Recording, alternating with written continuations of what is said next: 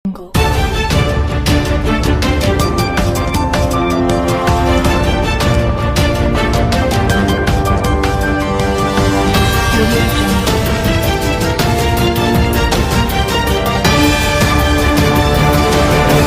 ಮನೆಯಲ್ಲಿ ಹೆಣ್ಮಕ್ಳು ಆರೋಗ್ಯವಾಗಿದ್ದರೆ ನಾವು ಟೆನ್ಷನ್ಯಿಂದ ಹೊರಗೆ ತಿರುಗಾಡ್ಬೋದು. ಹಾಗಾಗಿ ಅವರ ಆರೋಗ್ಯ ನಿಟ್ಟಿನಲ್ಲಿ ಬೋನ್ ಡೆನ್ಸಿಟಿ ಅಂತ ಟೆಸ್ಟನ್ನು ನಾವು ಮಾಡಿಸ್ತೀವಿ. ಮತ್ತು ಡಾಕ್ಟರ್ ಹೇಳಿದ್ರು ಇಲ್ರಿ ಪತ್ರಕರ್ತರಿಗೆ ಫಸ್ಟ್ ಲಿವರ್ ಟೆಸ್ಟ್ ಮಾಡಬೇಕು. ಲಿವರ್ ಟೆಸ್ಟ್ ಯಾಕೆ ಮಾಡ್ಬೇಕು ಅನ್ನೋದು ನಾನು ಇದ್ರ ಜೊತೆಗೆ ಒಂದು ಜಿಲ್ಲಾ ಮಟ್ಟದ ಒಂದು ಕ್ರೀಡಾಕೂಟ ಮಾಡ್ಬೇಕಂತ ಮಾಡಿವಿ. ಕ್ರಿಕೆಟ್ ಕ್ರೀಡಾಕೂಟ ಅಂತೇಳಿ ಮತ್ತು ನಮ್ಮ ಘಟಕಗಳು ತಾಲೂಕು ಘಟಕಗಳು ಒಂದು ಜಿಲ್ಲಾ ಘಟಕ 11 ಟೀಮು ಜೊತೆಗೆ ಒಂದಿಷ್ಟು ಅಧಿಕಾರಿಗಳ ತಂಡಗಳನ್ನು ಹಾಕ್ಕೊಂಡು ಒಂದು ಕ್ರೀಡಾಕೂಟ ಮಾಡೋದು. ಯಾಕಂದ್ರೆ ದಿನ ಹೊರಗೆ ಯಾವ ಬ್ರೇಕಿಂಗ್ ನ್ಯೂಸ್ ಬೇಕು, ನಮಗೆ ಮೇನ್ ಪೇಜಿಗೆ ಒಂದು ಸುದ್ದಿ ಬೇಕು, ಎತ್ತರಗೌಡರು ಏನಂದ್ರು, ಉಳಿದ ಶಾಸಕರು ಏನಂದ್ರು ಅನ್ನೋದ್ರಾಗ ನಾವು ವಿಜಯ ಮಾಡ್ತೀವಿ. ಮತ್ತೆ ಮುಂದೆ ಸಭಾ ಸಮಿತಿ ಸದಸ್ಯರು ಮತ್ತು ಪದಾಧಿಕಾರಿಗಳು, ಕಾರ್ಯಕಾರಿಣಿ ಸದಸ್ಯರು ಮತ್ತು ಜೊತೆಗಷ್ಟೇ ಇಲ್ಲ ಯಾವುದೇ ಒಬ್ಬ ಸಣ್ಣ ನಮ್ಮ ಒಬ್ಬ ಸದಸ್ಯರ ಮಾತನ್ನು ಕೂಡ ನಾವು ಆಲಿಸ್ತೀವಿ. ಯಾವುದೇ ಸಲಹೆ ಸೂಚನೆ ಇದ್ರೆ ನಮಗೊಂದು ದೂರವಾಣಿ ಕರೆ ಮಾಡಿರಿ, ವಿಜಾಪುರ ಬಂದಾಗ ಭೇಟಿಯಾಗಿರಿ, ಸಭೆಯೊಳಗೆ ಭಾಗವಹಿಸಿ ನಿಮ್ಮ ಸಲಹೆ ಸೂಚನೆ ಕೊಡ್ರಿ. ಇಲ್ಲಿ ಸಂಘ ವಿಜಯಪುರ ಇವರಿಗೆ ತುಂಬ ಹೃದಯದ ಧನ್ಯವಾದಗಳನ್ನು ಅರ್ಪಿಸುತ್ತಾ ಇದೀಗ ತಾನೇ ಕಾರ್ಯಕ್ರಮಕ್ಕೆ ಆಗಮಿಸಿರುವ ವಿಜಯಪುರದ ಹೆಮ್ಮೆ ತಮ್ಮ ನೇರ ನುಡಿಗಳೊಂದಿಗೆ ದೇಶ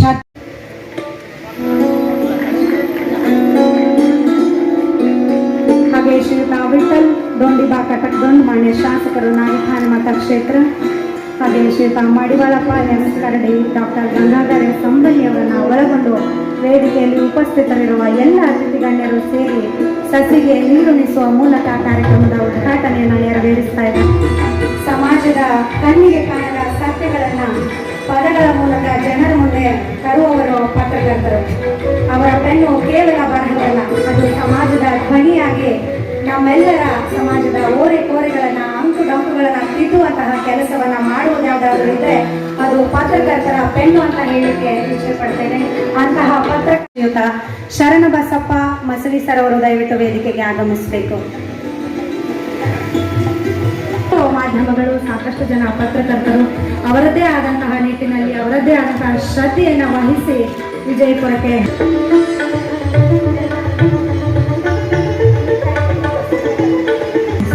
ತಮ್ಮೆಲ್ಲರ ಪ್ರೀತಿಯ ಚಪ್ಪಾಳೆಯೊಂದಿಗೆ ಎಲ್ಲರಿಗೂ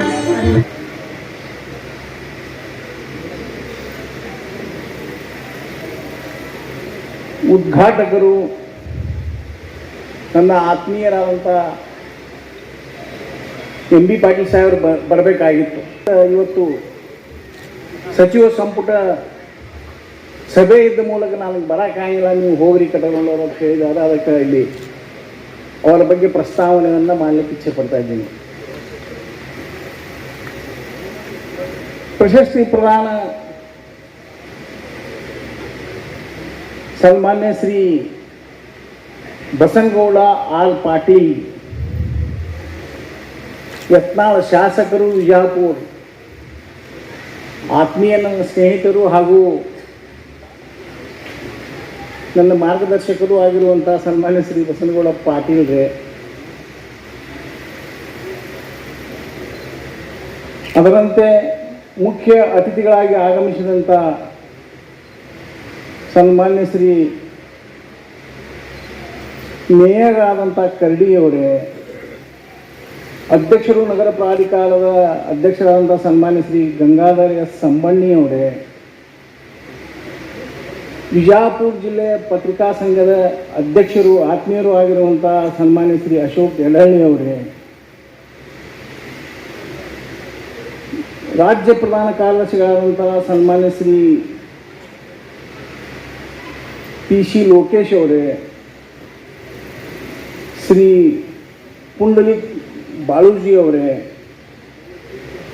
ಎಲ್ಲರನ್ನ ಸ್ವಾಗತಿಸಿದಂಥ ಪ್ರಕಾಶ್ ಅವರೇ, ದೇವರಾಜ್ ಮಲ್ಲಿಕಾರ್ಜುನ್ ಅವರೇ, ಇಂದುಶೇಖರ್ ಅವರೇ, ಈ ವೇದಿಕೆ ಮೇಲೆ ಅವರಿವರಲ್ಲಿ ವೇದಿಕೆ ಮೇಲೆ ಉಪಸ್ಥಿತರ್ತಕ್ಕಂಥ ಸಂಘದ ಎಲ್ಲ ಪದಾಧಿಕಾರಿಗಳೇ, ಮುಂದುಗಡೆ ಇದ್ದಂಥ ಪತ್ರಿಕಾರಂಗದ ಖ್ಯಾತ ದಿಗ್ಗಜರಾದಂಥ ಹಿರಿಯರೇ, ಶ್ರದ್ಧೆಯ ತಾಯಂದಿರೇ,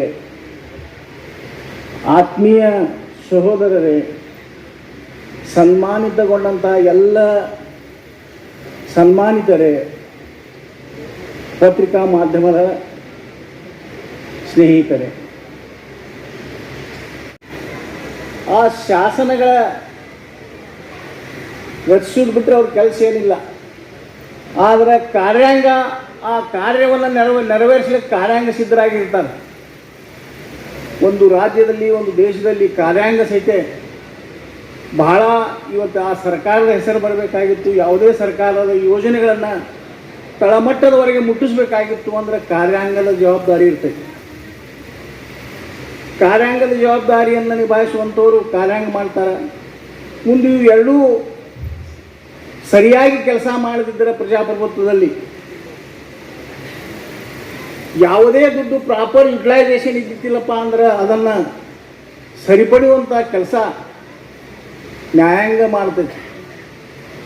ಒಂದು ವೇಳೆ ಇವು ಮೂರೂ ಸರ್ಕಾರದ ಅಂಗಗಳು ಆದರೆ ಈ ಮೂರನ್ನು ಸಹಿತಕ್ಕೆ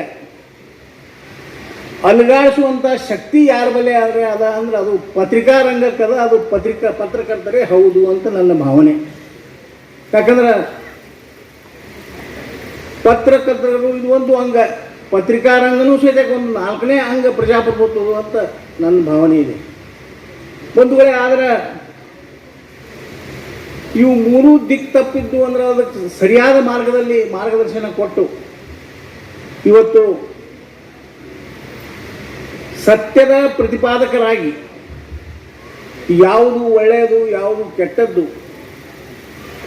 ಏನು ಮಾಡಿದ್ರೆ ಸಮಾಜಕ್ಕೆ ಒಳ್ಳೆಯದಾಗುತ್ತೆ, ಸಮಾಜ ಸ್ಪರ್ಶಿ ಕೆಲಸ ಆಗುತ್ತೆ ಅನ್ನುವಂಥ ಗಟ್ಸ್ ಆ ಎದೆಗಾರಿಕೆ ಯಾರ ಬಳಿ ಐತೆ ಅಂದರೆ ಪತ್ರಿಕಾ ಕ್ಷೇತ್ರದಲ್ಲಿ ಐತಿ.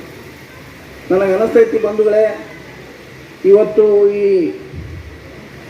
ವಿಷಯದಲ್ಲಿ ಪ್ರಭು ಹಳಕಟ್ಟಿಯವರನ್ನು ನಾವು ನೆನಪು ಮಾಡ್ಕೋಬೇಕಾಗ್ತೈತಿ.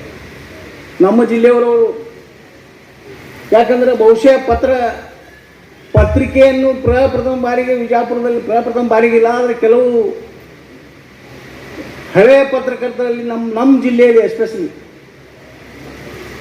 ಆ DVG ಅವರು ಅವರೆಲ್ಲ ಬೇರೆ ಜಿಲ್ಲೆಯವರು ಆಗ್ತಾರೆ. ಪ್ರಭು ಹಳಕಟ್ಟಿಯವರು ಆಗಿನ ದಿನದಲ್ಲಿ ಸಾಮಾಜಿಕ ಕಾರ್ಯಕರ್ತರಿಗೆ, ಸಮಾಜದ ಸೇವೆ ಮಾಡುವಂಥ ಅನ್ಯ ಜನರಿಗೆ ಎಲ್ಲರಿಗೂ ಸ್ಫೂರ್ತಿ ನೀಡಿ ತಮ್ಮ ಮನೆಯನ್ನೇ ಮಾರಿ ಪತ್ರಿಕೆಯನ್ನು ತೆಗೆದಂಥ ಯಾರೇ ನನ್ನ ದೃಷ್ಟಿಕೋನದಲ್ಲಿ ವಿಜಾಪುರದಲ್ಲಿ ಜಿಲ್ಲೆಯಲ್ಲಿ ಯಾರಿದ್ರೆ ಅದು ಪ್ರಭು ಹಳಕಟ್ಟಿಯವರು ಅಂತ ಹೇಳಲಿಕ್ಕೆ ಇಚ್ಛೆಪಡ್ತಾ ಇದ್ದೀನಿ. ಅಂಥ ಅದ್ಭುತ ಕಾರ್ಯವನ್ನು ಎಸಗಿ ಇವತ್ತು ಪತ್ರಕರ್ತರು ಹೇಗಿರಬೇಕು, ಬಸವಣ್ಣನ ವಚನಗಳನ್ನು ಈ ಜಿಲ್ಲೆಗೆ ಕೊಟ್ಟು ಬಸವಣ್ಣನ ಮಾದರಿಯಲ್ಲಿ ನಾವು ರಾಜಕಾರಣ ಮಾಡಬೇಕು ಅನ್ನುವಂಥ ಮಾತನ್ನು ಹೇಳಿ ನಮ್ಮೆಲ್ಲರಿಗೂ ಇವತ್ತು ಪ್ರೇರಣೆಯಾಗಿ ಅವರು ಕಾಣ್ತಾರೆ. ಬಂಧುಗಳೇ, ನಾನು ಕಾಲೇಜಿನಲ್ಲಿದ್ದಾಕರೆ ಲಂಕೇಶ್ ಪತ್ರಿಕೆ ತಮಗೆಲ್ಲ ಗೊತ್ತೈತಿ. ಲಂಕೇಶ್ ಪತ್ರಿಕೆ ಬರ್ತಿತ್ತು. ಯಾವಾಗ ನಮಗೇನು ಅನ್ನಿಸ್ತಿತ್ತಪ್ಪ ಅಂದ್ರೆ ಶುಕ್ರವಾರ ಯಾವಾಗ ಬರ್ತದೆ, ವಿಜಾಪುರಕ್ಕೆ ಯಾವಾಗ ಲಂಕೇಶ್ ಪತ್ರಿಕೆ ಬರ್ತದೆ ಅಂತೇಳಿ ಯೋಚನೆ ಮಾಡ್ತಿದ್ದೇವೆ ನಾವು. ಅಂದರೆ ಒಬ್ಬ ಪತ್ರಕರ್ತ ಮನಸ್ಸು ಮಾಡಿದರೆ ಯಾವ ಥರ ಟ್ರೆಂಡನ್ನು ಈ ರಾಜ್ಯದಲ್ಲಿ, ಈ ಜಿಲ್ಲೆಯಲ್ಲಿ ಅಥವಾ ಈ ದೇಶದಲ್ಲಿ ಬೆಳೆಸಬೇಕು, ಆ ಟ್ರೆಂಡನ್ನು ಬೆಳೆಸುವಂಥ ಶಕ್ತಿ ಪತ್ರಕರ್ತರಿಗೆ ಇರ್ತೈತಿ.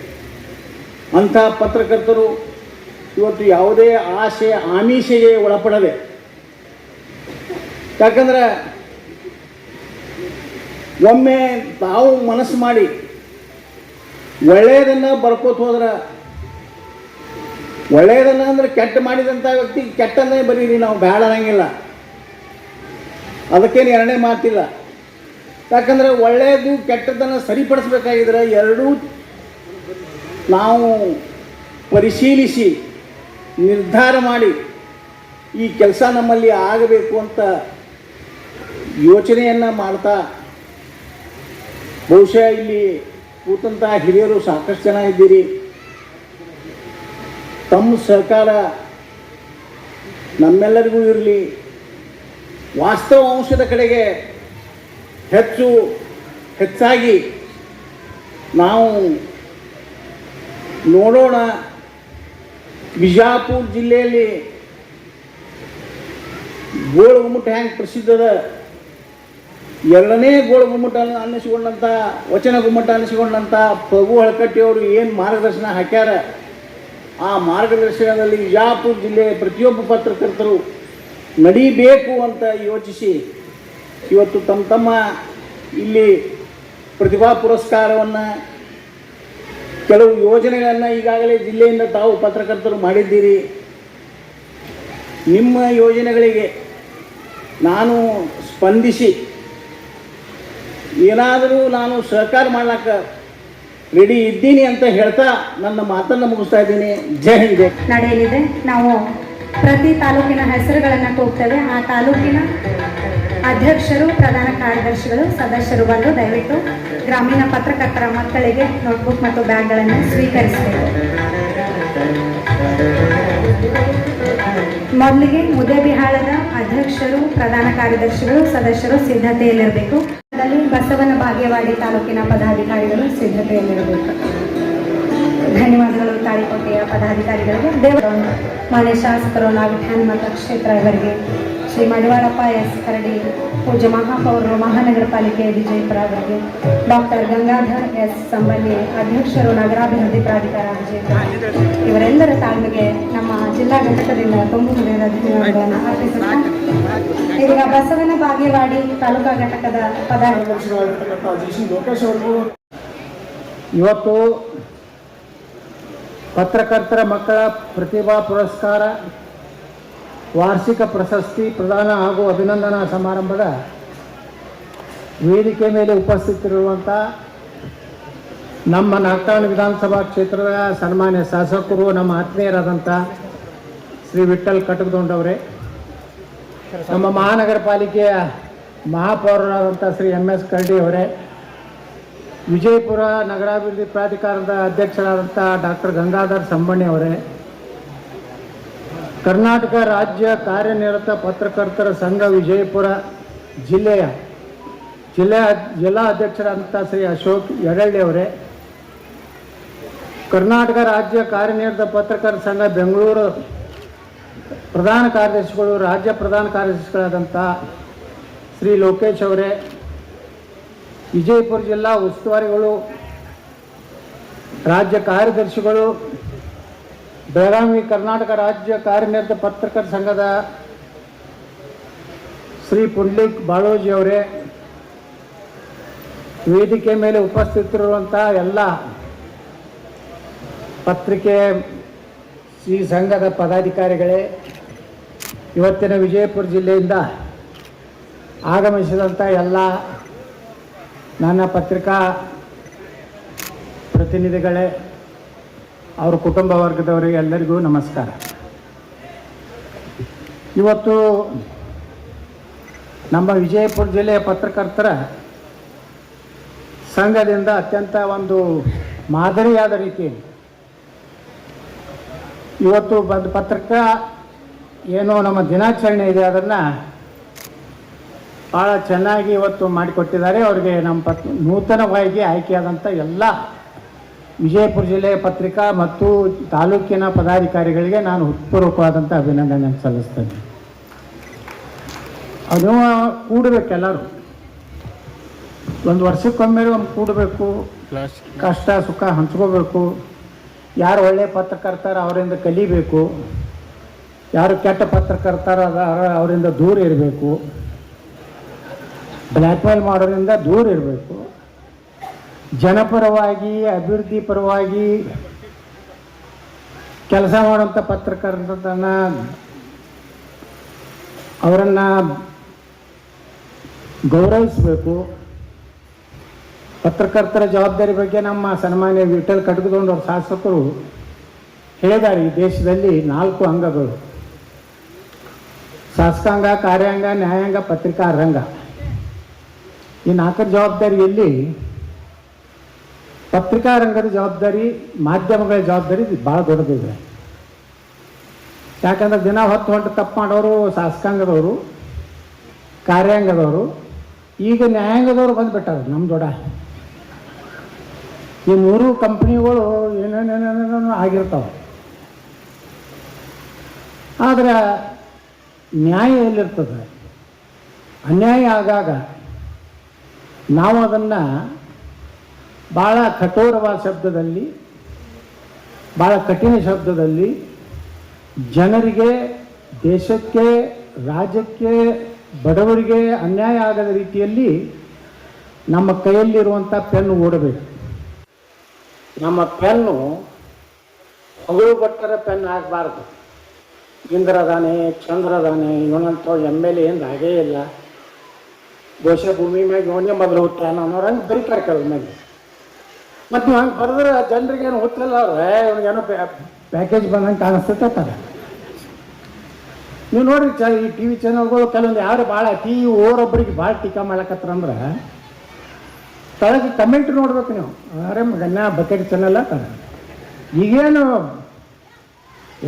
ಯಾರಿಗೂ ಅಂಜಿಕಿಲ್ಲ. ರಾಜಕಾರಣಿಗಳಿಗೂ ಹಂಗೆ ಬೈತಾರೆ, ಮೀಡಿಯಾದವ್ರಿಗೂ ಹಂಗೆ ಬೈತಾರೆ. ಮೀಡಿಯಾದವ್ರು ನಾವು ಏನಾರೆ ಸುಮ್ಮನೆ ಬೋಗಸ್ ಯಾವನಾರೇ ಪೂರ್ತಿ ಅವನ್ನ ರಾಜಕೀಯ ಹಾಳು ಮಾಡಬೇಕು, ಮುಗಿಸ್ಬಿಡ್ಬೇಕಂತೀವಿ. ಮತ್ತೊಂದು ಟೀಮ್ ರೊಕ್ಕ ಕೊಟ್ಟಿರ್ತೈತಿ, ಮತ್ತು ಇವರು ಹಂಗೆ ಮಾಡ್ಲಕತ್ತಾರೆ, ಹಿಂಗೆ ಮಾಡ್ಲಕತ್ತಾರೆ, ಪೂರ ಬರ್ಬಾದ್ ಹೋಗಿ ಅವು ಎಸ ಹೋಗಿ ಅಂತೇಳಿ ಹೊಡಿದು ಹಿಂಗೆ ಹೊಡೆದು ಈ ಯೂಟ್ಯೂಬ್ ಚಾನಲ್ಗಳಂತೂ ಬಾ ನಾ ಕೇಳಿದೆ, ಅಶೋಕ್ ಯೂಟ್ಯೂಬ್ ಕಂಪ್ನಿ ಐತೆ ನಿನ್ನಂದ್ರೆ ಅವ್ರನ್ನ ಯಾರನ್ನೂ ತೊಗೊಂಡಿಲ್ಲ, ಮೆಂಬರ್ಶಿಪ್ ಕೊಟ್ಟಿಲ್ಲ. ಅದಕ್ಕೆ ನಾವು ಹೃದಯಪೂರ್ವಕ ಆದಂಥ ಅಭಿನಂದನೆ ಸಲ್ಲಿಸ್ತೇನೆ. ಸಾಕಾಗಿ ಹೋಗೈತೆ ನಾನು. ಈಗ ನಾನು ಯೂಟ್ಯೂಬ್ ಚಾನಲ್ ತೆಗಿಲಕತ್ತೀನಿ. ನನಗೆ ಯಾರು ಬೈತಾರಲ್ಲ, ಅವ್ರು ಯಾವ ಶಬ್ದ ಬೈತಾರಲ್ಲ, ಅವ್ರಿಗಿಂತ ಅವ್ರ ಅಪ್ಪನಂಥ ಶಬ್ದಗಳನ್ನು ಬೈಯುವಂಥ. ಯಾಕಂದ್ರೆ ನಾವು DCಗೆ ಹೇಳಿದೆ, ಲೆಟ್ರ್ ಬರೆದೆ, ಕೇಂದ್ರದ ವಾರ್ತಾ ಮತ್ತು ಪ್ರಚಾರ ಇಲಾಖೆ ಮಂತ್ರಿಗೆ ಬರೆದೆ. ನನ್ನ ಕಮಿಟಿ ಒಳಗೆ ನಾನು ಚೇರ್ಮನ್ ಇದ್ದಾಗ ಹೋಮ್ ಸೆಕ್ರೆಟ್ರಿ, DG IGP ಎಲ್ಲನೂ ಕಳಿಸಿ ಹೇಳಿದೆ. ಅವರು ಒಂದು ಕೈ ಚೆಲ್ಬಿಟ್ರು, ಏನೂ ಮಾಡ್ಲಿಕ್ಕಾಗೋದಿಲ್ಲ ಸರ್, ಯೂಟ್ಯೂಬ್ದ ಮ್ಯಾಗ ನಮ್ದು ಕಂಟ್ರೋಲ್ ಇಲ್ಲ ಸರ್, ಅದು ಕಾನೂನಿನಲ್ಲಿ ಬದಲಾವಣೆ ಆಗ್ಬೇಕಂತ. ಈಗ ನಾನೇನು ವಿಚಾರ ಮಾಡಿದೆ, ಇನ್ನು ಮುಳ್ಳಿನಿಂದ ತೆಗಿಬೇಕಂತ ಹೇಳ್ಯಾರ ನಮ್ಮ ಹಿರಿಯರು.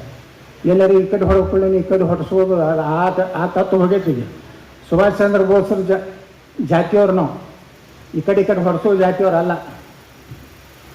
ಇನ್ನು ಯಾರು ಯೂಟ್ಯೂಬ್ದವ್ರು ಹುಚ್ಚುಚ್ಚಾಕರ್ ನನ್ನ ಬಗ್ಗೆ ಬರೋದ್ರ, ನನ್ನಲ್ಲಿ 2-3 ಮಂದಿನ ಈ ಇದರಾಗ IAS ಮಾಡೋದಂತ ಅಲ್ಲಕತ್ತೀನಿ. ಹಲ್ಕಟ್ ಶಬ್ದಗಳನ್ನು ನಾ ಪೊಲೀಸರಿಗೆ ಇಂಟು ಟ್ರೈನಿಂಗ್ದಾಗ ಕೊಡ್ತೀರಿ ಅಂತ ಒಬ್ಬ ನಮ್ಮ ಟ್ರೈನಿಂಗ್ ಒಬ್ಬರು ಡೈರೆಕ್ಟರ್ ಇದ್ದರು. ಅವ್ರು ಕೇಳಿದೆ, ಇವ್ರದ್ದೆಲ್ಲ ಪೊಲೀಸರು ಕೆಟ್ಟ ಶಬ್ದಗಳು ಉಪಯೋಗ ಮಾಡ್ತಾರಲ್ಲ, ಅದನ್ನು ಒಂದು ಪೀರಿಯಡ್ ಇರ್ತದೆ ನಿಮ್ಮದು ಟ್ರೈನಿಂಗ್, ಪೊಲೀಸ್ ಟ್ರೈನಿಂಗ್ ಕೊಡೋರು. ಇಲ್ಲ ಸರ್, ಸಹಜ ಬಂದ್ಬಿಡ್ತಾವೆ ಅದು. ಇನ್ಮ್ಯಾಗ ನಾವು ಚಾಲು ಮಾಡೋರಿದ್ದೀವಿ. ನಿಮ್ಮದು ಯೂಟ್ಯೂಬ್ ಚಾನಲ್ನಾಗ ಬರ್ತಲ್ಲ, ಅರ್ಧ ತಾಸನ ನಮ್ದು ಚಾಲು ಆಗ್ತೈತಿ. ಅವ್ರದ್ದು ಪೂರ್ತಿ ಬಣ್ಣ ನಾವು ಬಯಲು ಮಾಡ್ತೀವಿ. ನಮ್ಮದು ಬಯಲು ಬಂದಂಗೆ ಮಾತಾಡ್ತಾರೆ, ಕುಟುಂಬದ ಬಗ್ಗೆ ಮಾತಾಡ್ತಾರೆ, ವೈಯಕ್ತಿಕ ಮತ್ತು ಮಾತಾಡ್ತಾರೆ ಅಂತಲ್ಲ. ಹೋಗ್ರನ್ನ ಹೋಗಿ ಇಂಟರ್ವ್ಯೂ ಮಾಡ್ತಾರೆ. ಅವ್ರು ಮುನ್ಸಿಪಾಲ್ಟಿಗೆ ಸಹಿತ ಆರಿಸ್ಕೊಂಡಿರೋದಿಲ್ಲ. ये बड़ा भया बयान दिया है, ಏನು ಹೇಳ್ತದೆ बयान तक। बीजापुर MLA के बारे में बहुत बड़ा बयान दिया है, बहुत शॉकिंग बयान है, सिर्फ हमारा चैनल में.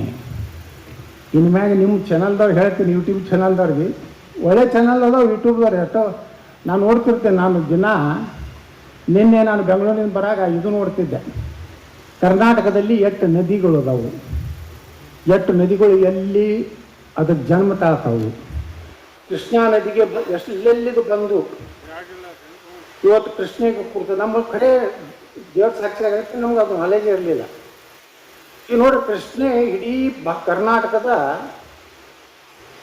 60 ಭಾಗದಷ್ಟು ನೀರಾವರಿಯ ಕಣಿವೆ. ಅದು 18% ಅಷ್ಟೇ ಕಾವೇರಿ ಐತಿ. ಆ ಕಡೆಯವ್ರು ಎಷ್ಟು ಅದನ್ನು ಈ ಪ್ರೊಜೆಕ್ಟ್ ಮಾಡ್ಯಾರ, ಕಾವೇರಿ ಅಂದ್ಕೊಂಡೇ ದಾಂಡ್ಲಿ ಕಲ್ಲು ಹೋಗಿದ್ದು ಬೆಂಕಿ ಹಚ್ತಾರೆ. ನಮ್ಮಲ್ಲಿ ಏನಾರು ಯಾರು ಮಾಡ್ತೀವ ನಾವು? ಬೇಕಾದ ನದಿನೇ ತಿರ್ಕೊಂಡು ಆ ಕಡೆ ಆಂಧ್ರಕ್ಕೆ ಹೋಯ್ದ್ರು ನಾವೇನು. ಈ ಕರ್ನಾಟಕದ ಕರೆ ಅಂದ್ರೆ ಕರ್ನಾಟಕದ ಜಲಧಾರೆ ಯಾವುದಪ್ಪ ಅಂದ್ರೆ ಕೃಷ್ಣೆ. ಕೃಷ್ಣೆಗೆ ಅಷ್ಟು ಕಡೆಯಿಂದ ಕನೆಕ್ಟ್ ಆಗ್ತದೆ. 60 ಭಾಗದ ಲೆಕ್ಕ ಹಾಕ್ರಿ, ನೀರಾವರಿಗೆ ಯೋಗ್ಯ ಇರುವಂಥ ಒಂದು ನದಿ, 3ನೇ ದೊಡ್ಡ ನದಿ.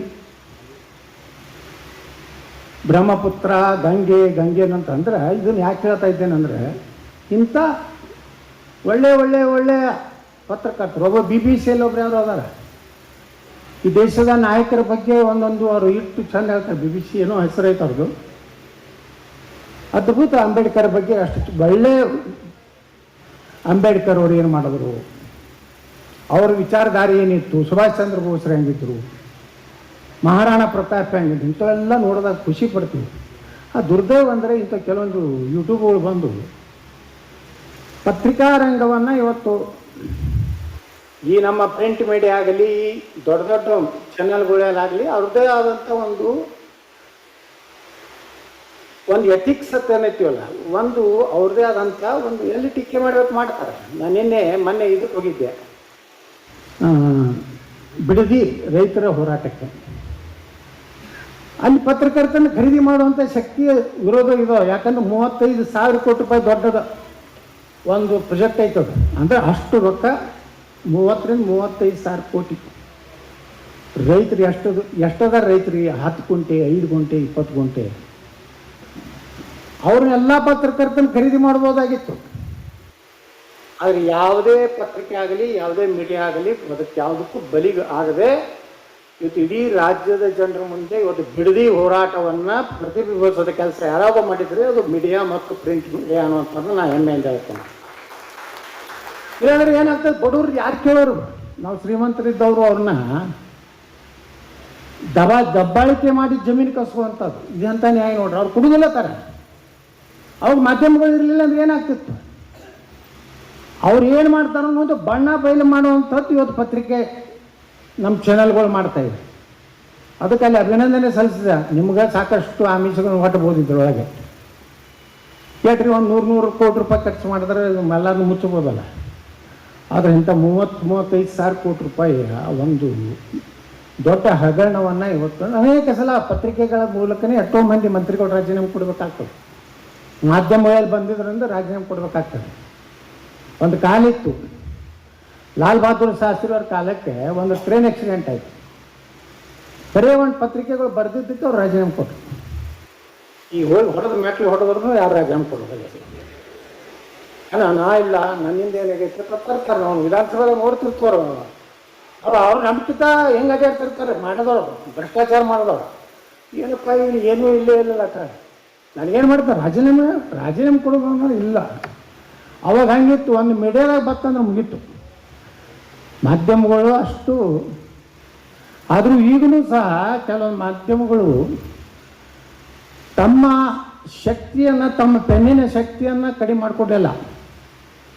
ಆ ಮಾಧ್ಯಮದಾಗ ಆ ಪತ್ರಿಕೆಯೊಳಗೆ ಅದು ಬರ್ತೈತೆ ಅಂದ್ರೆ ಅದು 100ಕ್ಕೆ 100 ಸತ್ಯ ಇರ್ತೈತೆ ಅನ್ನೋಂಥದ್ದನ್ನು ವಿಶ್ವಾಸ ಇರುವಂಥ ಮಾಧ್ಯಮಗಳು ಈ ದೇಶದಲ್ಲಿದ್ದಾವೆ. ಇಲ್ಲಾಂದರೆ ಎಲ್ಲರೂ ಹಂಗೆ ಅಂತ ಹೇಳೋಕ್ಕಾಗೋದಿಲ್ಲ. ಎಲ್ಲ ರಾಜಕಾರಣಿಗಳು ಕೆಟ್ಟನು ಅಂತ ಹೇಳೋಕ್ಕಾಗೋದಿಲ್ಲ, ಎಲ್ಲ ಪತ್ರಕರ್ತರು ಕೆಟ್ಟ ಅಂತ ಹೇಳೋಕ್ಕಾಗೋದಿಲ್ಲ. ಆದರೆ ಯಾವುದು ಅನ್ಯಾಯ ಆಗ್ತದೆ, ಯಾರ್ಯಾರು ಟೀಕೆ ಮಾಡಿಬಿಡ್ತಾರೆ. ಬಿಜಾಪುರ ಜಿಲ್ಲೆಯಲ್ಲಿ ಭ್ರಷ್ಟಾಚಾರ ಭಾಳ ನಡೆದಿದೆ. ಹಿಂದಕ್ಕೆ ರಾಮರಾಜ್ಯ ಇತ್ತಾನೆ ಇಲ್ಲಿ ಬಿಜಾಪುರನಾಗ. ಒಂದು ಚಂದ ರೋಡ್ ಇರಲಿಲ್ಲ, ರೋಡೇ ತಿಂದಾರೆ, ಬ್ರಿಡ್ಜೇ ತಿಂದಾರೆ. ಈಗ ಅವ್ರು ಭ್ರಷ್ಟಾಚಾರ ಬಗ್ಗೆ ಮಾತಾಡ್ತಾರೆ. ಅಂದರೆ ಮತ್ತು ಮಾಧ್ಯಮಗಳು ಈಗ ಎಷ್ಟು ನಾವು ನೋಡ್ತೀನಿ ಬಿಜಾಪುರನಾಗ ಒಳ್ಳೆಯ ಪತ್ರಿಕೆಗಳು, ನಮ್ಮ ಪ್ರಿಂಟ್ ಮೀಡಿಯಾ, ಎಲೆಕ್ಟ್ರಾನಿಕ್ ಮೀಡಿಯಾ ಈ ಹಂತಿಂತ ಹಲ್ಕ ಸ್ಟೇಟ್ಮೆಂಟ್ಗಳನ್ನ ಯಾರೂ ಕ್ಯಾರಿ ಓವರ್ ಮಾಡೋದಿಲ್ಲ. ಈಗ ಇಲ್ಲೇ ಓದಿರ್ತಿರ್ತಾವೆ, ಇಲ್ಲೇ ಕೂತು ಒಂದು ಯೂಟ್ಯೂಬ್ ಚಾನಲ್ ಮಾಡ್ಕೊಂಡಿರ್ತಾವೆ, ಅದ್ರ ಮುಂದೆ ಓದಿರೋದು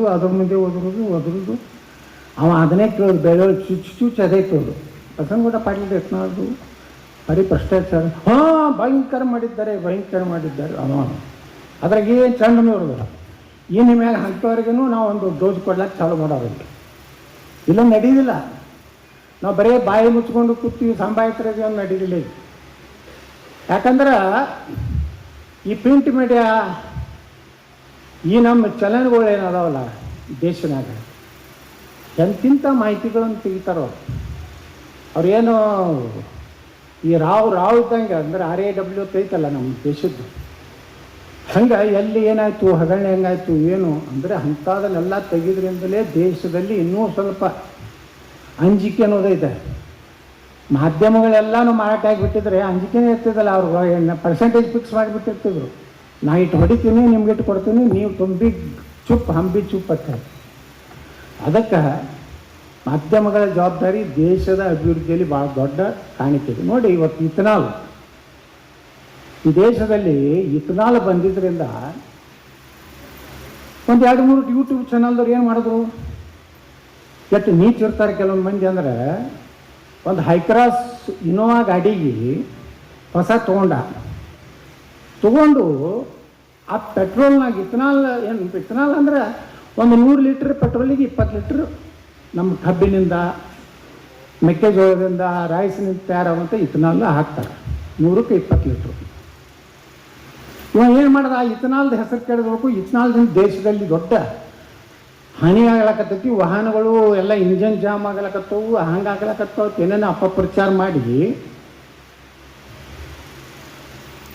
ಅವ ಏನು ಮಾಡೋದವ, ನೀರು ಹಾಕೋದು. ಅದಕ್ಕೆ ಟೊಯೋಟಾ ಕಂಪ್ನಿ ಗಾಡಿ ನೀರು ಹಾಕಿ ಒಂದು ಯೂಟ್ಯೂಬ್ ಚಾನಲ್ದಾಗ ಓದರ್ಲಾಕತ್ತ. ನಾ ಹಾಕಿದೆ, ನಾನು ಇಂಜನ್ ಜಾಮ್ ಆಗಿತ್ತು. ಅದು ಈ ಕಂಪ್ನಿಗೆ ಹೋಯ್ತು. ಟೊಯೋಟಾ ಕಂಪ್ನಿಯವ್ರು ಬಂದ್ರೆ ಅವರು, ಈ ಟೊಯೋಟಾ ದೊಡ್ಡ ದೊಡ್ಡ ಕಂಪ್ನಿಯವ್ರು ಭಾಳ ಸೀರಿಯಸ್ ಇರ್ತಾರೆ. ಯಾವುದೇ ಒಂದು ತಮ್ಮ ಕಂಪ್ನಿ ಹೆಸರು ಹಾಳು, ಯಾಕಂದ್ರೆ ಲಕ್ಷಾಂತರ ವಾಹನಗಳ ಮಾರಾಟ ಮಾಡುವಂಥದ್ದು ಇರ್ತದೆ. ಅವ್ರು ಹೋಗಿ ಒಂದು ಟೆಸ್ಟ್ ಮಾಡ್ತಾರೆ, ನೀರು ಹಾಕ್ಯಾನವ್ರು ಹೋಗಿ. ನಿತಿನ್ ಗಡ್ಕರಿ ಅವ್ರ ಹೆಸರು ಕೆಡಿಸ್ಬೇಕು, ಹಾಳು ಮಾಡ್ಬೇಕು ನಿತಿನ್ ಗಡ್ಕರಿ ಅವ್ರನ್ನ ಅಂತೇಳಿ.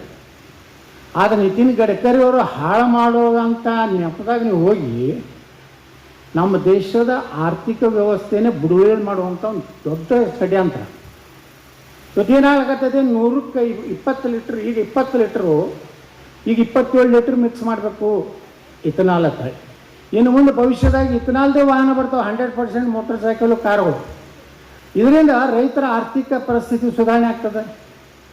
ಕಬ್ಬನ್ನು ಒಳ್ಳೆ ರೇಟ್ ಕೊಡ್ಲಿಕ್ಕೆ ಆಗ್ತದೆ, ಮೆಕ್ಕೆಜೋಳಕ್ಕೆ ಒಳ್ಳೆ ರೇಟ್ ಬರ್ತದೆ, ಅಕ್ಕಿಗೆ ಒಳ್ಳೆ ರೇಟ್ ಬರ್ತದೆ. ಮುಂದೆ ಪ್ರತಿ ವರ್ಷ ಬರೀ 20% ನಮ್ಮ ಇಥನಾಲನ್ನು ನಾವು ಪೆಟ್ರೋಲ್ನಲ್ಲಿ ಮಿಕ್ಸ್ ಮಾಡೋದ್ರಿಂದ ಸುಮಾರು $1.5 ಲಕ್ಷ ಕೋಟಿ ಈ ದೇಶದ ವಿದೇಶಿ ವಿನಿಮಯ ಉಳಿತದೆ. 27% ಮಾಡಿ ಅದನ್ನು ಸರಿಯಾಗಿ ಇನ್ನೂ ಬಳಕೆ ಹೆಚ್ಚು ಮಾಡಿಕೊಂಡ್ರೆ ಸುಮಾರು $20 ಲಕ್ಷ ಕೋಟಿ ವರ್ಷ ನಾವು ಸೌದಿ ಅರೇಬಿಯಾ, ಗಲ್ಫ್ ಕಂಟ್ರಿಗಳಿಗೆ, ರಷ್ಯಾಕ್ಕೆ ನಾವು ಡಾಲರ್ನಲ್ಲಿ ರೊಕ್ಕ ಕೊಡ್ತೀವಿ. ಆ ರೊಕ್ಕ ನಮ್ಮ ದೇಶಕ್ಕೆ ಉಳಿತಂದ್ರೆ ಜಗತ್ತಿನಾಗ ಭಾರತ ದೊಡ್ಡ ಶ್ರೀಮಂತ ರಾಷ್ಟ್ರ ಆಗ್ತದೆ ಅಂತ ಕಲ್ಪನೆ ನಮ್ಮಲ್ಲಿ ಯಾರು ಮಾಡಿದ್ರೆ ಅದು ಮೀಡಿಯಾದವರು. ಅವರೇನು ಬರೆದಿರಲಿಲ್ಲ, ಅವರು ಅದ್ರ ಮ್ಯಾಗೆ ಚರ್ಚೆ ನಮ್ಮ ಮಾಧ್ಯಮದಲ್ಲಿ ಆಗಿರಲಿಲ್ಲ ಅಂದರೆ ಇಷ್ಟೊತ್ತಿಗೆ ಇಥನಾಲ್ ಅನ್ನೋಂಥದ್ದು ಬಂದಾಗಿದ್ದರೆ ಸುಮಾರು 1 ಲಕ್ಷ ಕೋಟಿಗಿಂತ ಹೆಚ್ಚು ಇನ್ವೆಸ್ಟ್ಮೆಂಟು ಈ ದೇಶದಲ್ಲಿ ಕಬ್ಬಿನ ಫ್ಯಾಕ್ಟ್ರಿಯವರು, ಮೆಕ್ಕೆಜೋಳ ಇಥನಾಲ್ ಮಾಡೋರು ಇನ್ವೆಸ್ಟ್ಮೆಂಟ್ ಇದೆ ಬ್ಯಾಂಕಿಂದು. ಅಂದರೆ ಒಂದು ದೇಶದ ಆರ್ಥಿಕ ಬುಡಾನೇ ಇವತ್ತು ಅಳಗಾಡಿಸುವಂಥವ್ರು ಕೆಲವೊಂದು ದೇಶದ್ರೋಹಿಗಳು ಈ ದೇಶನಾಗ ಅದ. ಅದಕ್ಕೆ ಹೇಳ್ತೀನಿ, ಇಂಥದ್ರ ಬಗ್ಗೆ ವಿವರವಾಗಿ ಮಾಧ್ಯಮಗಳು, ಅನೇಕ ಮಾಧ್ಯಮಗಳಲ್ಲಿ ನೋಡಿದೆ ನಾನು, ಇದ್ರ ಬಗ್ಗೆ ಚರ್ಚೆ ಆಯಿತು. ಭಾಳ ಚೆನ್ನಾಗಿ ಬರೋರು, ಮೈಲೇಜ್ ಕಡಿಮೆ ಆಗೈತಿ, ಇದು ಕೇಂದ್ರ ಸರ್ಕಾರ ಒಪ್ಪೈತಿ. ನಿಮ್ಗೆ 15 ಕಿಲೋಮೀಟ್ರ್ ಕೊಡ್ತದಲ್ಲ, 14 ಕೊಡ್ಲಾಕತ್ತೆ. ನೀವು ಇಥನಾಲ್ ಬಿಟ್ಟು ಪೆಟ್ರೋಲ್ ಹಾಕೋತಿದ್ರೆ ಹಾಕೋರಿ, ಅದು 120-130 ರೂಪಾಯಿ ಆಗ್ತೈತಿ. ನಾಳೆ ಏನು ನಮ್ಮದೇ ನಾವು ದಿವಸ 4 ಲಕ್ಷ ಲೀಟ್ರಿಗೆ ನಾವೇ ಇಥನಾಲ್ ತಯಾರು ಮಾಡ್ತೀವಿ ನಮ್ಮ ಕಾರ್ಖಾನೆ ಒಳಗೆ. ಅದನ್ನು ಯಾಕೆ ಹೇಳ್ತಾ ಇದ್ದೇನೆ ಅಂದರೆ, ಮಾಧ್ಯಮಗಳು ಸತ್ಯವನ್ನು ಬರೆದರೆ ಮಾತ್ರ ದೇಶ ಉಳಿತದೆ. ಮಾಧ್ಯಮದ ಕೈಯಲ್ಲಿರುವಂಥ ಪೆನ್ನು ಭಾಳ ಪವಿತ್ರ ಇದೆ, ಅದು ಪೆನ್ ಮಷೀನು ಇದೆ. ಆ ದೇಶಕ್ಕೆ ಅದೊಂದು ರೀತಿ ವಿಷಾನೂ ಇದೆ. ಆ ಪೆನ್ನಿನ ಮಸಿಯನ್ನು ಸರಿಯಾಗಿ ಬರೆದರೆ ಭಾರತದ ಭವಿಷ್ಯ ಇದೆ. ದೇಶದ ಭವಿಷ್ಯವನ್ನು ಹಾಳು ಮಾಡಬೇಕನ್ನೋಂಥದ್ದು ಬರೆದ್ರೆ ಅದು ವಿಷ ಆಗ್ತದೆ. ಈ ದೃಷ್ಟಿಕೋನದಿಂದ ಇವತ್ತು ಮಾಧ್ಯಮಗಳು ತಮ್ಮ ಜವಾಬ್ದಾರಿಯನ್ನು ಮಾಡಲಿ. ಕೆಲವೊಂದು ಎಲ್ಲದರಾಗೂ ಇದ್ದಂಗೆ ಕೆಲವೊಂದು ಮಂದಿ ಇದ್ದೇ ಇರ್ತಾರೆ, ಅದಕ್ಕೆ ಇದು ಮಾಡಲಿಕ್ಕೆ ಆಗೋದಿಲ್ಲ. ಅದು ಒಳ್ಳೆಯ ಪತ್ರಕರ್ತರಿಗೆ ಭಾಳ ಅದಾರೆ, ಭಾಳ ಪ್ರಾಮಾಣಿಕ ಪತ್ರಕರ್ತರು ಅದಾರೆ. ನಾನು 94-95 MLA ಇದ್ದಾಗ ನಾವು ನಮ್ಮ ಕಟ್ಕೊಂಡವ್ರು ಇಲ್ಲೇ ಅದಾರೆ. ರೇಚೇರಿ ಹುಡುಗಾರ ಅಂತೇಳಿ ಒಬ್ಬರು ಪತ್ರಕರ್ತರಿದ್ರು ಸಿಂಧಿಗಾಗ. ಪೂರ್ತಿ ನನಗೆ ಅವರು BJP ಕಾರ್ಯಕರ್ತ ನಾನು ಬಹುಶಃ ಇನ್ನೂ MLA ಆಗಿರ್ಲಿಕ್ಕಿಲ್ಲ. ಬಹುಶಃ ಅವಾಗ ಅಲ್ಲಿ ಅವ್ರ ಮನೆಗೆ ಹೋಗಿದ್ವಿ, ನಾವು ರೇವಡಿಗವ್ರ ಮನೆಗೆ ಹೋಗಿದ್ದೀವಲ್ಲ, ನಮ್ಮ ಹಳೆ ಭಾಳ ಹಳೆ ಪತ್ರಕರ್ತರು ಪಾಪ. ಅವರಿಗೆ ಅವಾಗೇನೋ ಒಂದು 1,500 ರೂಪಾಯಿ ತಿಂಗಳ ಮಾಸಾಸನ ಇತ್ತು ಅವಾಗ. ಈಗ ಟೈಚು ಬರ್ತಿಲ್ಲ ಈಗ. ಈಗ 12,000 ಈಗ 12,000 ಅವಾಗ 1,500 ಏನಿತ್ತು, ಅವಾಗ 1,500 ಅಂದರೆ ಭಾಳ ದೊಡ್ಡದು. ಅವ್ರ ಮನೆಗೆ ಹೋಗಿ ನೋಡಿದೆ, ಪಾಪ ಅವರು ಲಗ್ನ ಆಗಿದ್ದಿಲ್ಲ. ಎರಡನೇದ್ದು ಅವರ ತಂಗಿ ಮನೆಯಾಗಿರ್ತಿದ್ರು. ಅವ್ರ ಪರಿಸ್ಥಿತಿ ನೋಡಿ ಪಾಪ ಅವ್ರ ತಂಗಿಯವರು ಸ್ವಲ್ಪ ಒಳ್ಳೆಯವರಿದ್ದರು, ಏನೋ ಅವ್ರನ್ನ ಇಟ್ಕೊಂಡಿದ್ರು. ಒಂದು ನಾ ಮನೆಗೆ ಹೋಗಿ ಅಲ್ಲಿ ಒಬ್ರು ತಹಸೀಲ್ದಾರ್ ಇದ್ದರು, ದಾಸರ್ ಅಂತ ಹೇಳಿ, ನಮ್ಮ ಬಿಜಾಪುರದಾರೆ. ನಾ ದಾಸರ್ ಅವ್ರ ಬಳಿ ಹೋದೆ, ಸರ್ ಹಿಂಗೆ ಪಾಪ ಭಾಳ ಇದು ಐತಿ, ಅದಕ್ಕೆ ನೀವು ರಿಕಮೆಂಡ್ ಮಾಡಿದ್ರೆ ಕರ್ನಾಟಕ ಸರ್ಕಾರದಿಂದ ಅವ್ರಿಗೊಂದು ತಿಂಗಳ ಮಾಸಾಸನ ಸಿಗ್ತದೆ. ನಾನೇ ಸ್ವತಃ ಪರ್ಸ್ನಲಿ ಫಾಲೋಅಪ್ ಮಾಡಿ MLA ಇದ್ದೇವೆ ಅಲ್ಲಿ ಕರ್ನಾಟಕ ರಾಜ್ಯ ಇದು ವಾರ್ತಾ ಮತ್ತು ಪ್ರಚಾರ ಇಲಾಖೆ ಅಲ್ಲಿ ಹೋಗಿ ಅವ್ರು ತಿಂಗಳ 1,500 ರೂಪಾಯಿ ನಾನು ಏನು ಮಾಡಿಕೊಟ್ಟೆ. ಮಾಸಾಸನ ಅಷ್ಟೇ ಅಲ್ಲ, ಅವಾಗ ನಾವು ನಮ್ಮ ಸಂಸ್ಥೆಯಿಂದ ತಿಂಗಳವ್ರಿಗೆ ಒಂದು 1,500 ರೂಪಾಯಿ, ಒಟ್ಟೊಂದು 3,000 ರೂಪಾಯಿ ತಿಂಗಳ ಸಿಗುವಂಗೂ ಒಬ್ಬ ಪತ್ರಕರ್ತರಿಗೆ ಮಾಡಿದ್ವಿ. ಇವತ್ತು ನಮ್ಮ ಅಶೋಕ್ ಏನು ಈ ಅಧ್ಯಕ್ಷರಾಗ್ಯಾರ, ಇವತ್ತು ಅವರು ಮಕ್ಕಳಿಗೆ ಒಂದು ರೀತಿ ಪ್ರೋತ್ಸಾಹ ಹುರುಪು ಅವ್ರಿಗೆ, ನಮ್ಮ ಮಕ್ಕಳಿಗೂ ನಮಗೂ ಈ ರೀತಿ ಕರೆದು ಸನ್ಮಾನ ಮಾಡೋದು, ಹಿರಿಯ ಪತ್ರಕರ್ತರಿಗೆ ಗೌರವ ಕೊಡೋದು, ಅವ್ರು ನಡೆದು ಬಂದಂಥ ದಾರಿ ಪಾಪ ಅವಾಗ ಪರಿಸ್ಥಿತಿ ಹಂಗಿರ್ತಿತ್ತು. ಅದಕ್ಕೆ ನಾವು ಮೊನ್ನೆ ಎಲ್ಲರೂ ಬಹುಶಃ ಎಲ್ಲ ರಾಜಕಾರಣಿಗಳು 5 ಲಕ್ಷ ರೂಪಾಯಿ ಪತ್ರಿಕಾ ಇದಕ್ಕೆ ವಿಠಲರು ಕೊಡ್ತಾರೆ 5 ಲಕ್ಷ. ನಾನೇ ಘೋಷಣೆ ಮಾಡಲೇನ್ರಿ ವಿಠಲ? ಹಾಂ ಮಾಡಿ ನೋಡ್ರಿ, 5 ಲಕ್ಷ ರೂಪಾಯಿ ಅವರು ಕೊಡ್ತಾರೆ. ನಮಗೆ ಶಾಸಕರಾದಂಥ ಶ್ರೀ ವಿಠಲ್ ಕಟಗೌಡರಿಗೆ ಪತ್ರಕರ್ತರ ಸಂಘದಿಂದ ಹೃದಯಪೂರ್ವಕವಾದಂಥ ಧನ್ಯವಾದಗಳನ್ನು ಸಲ್ಲಿಸ್ತೀನಿ.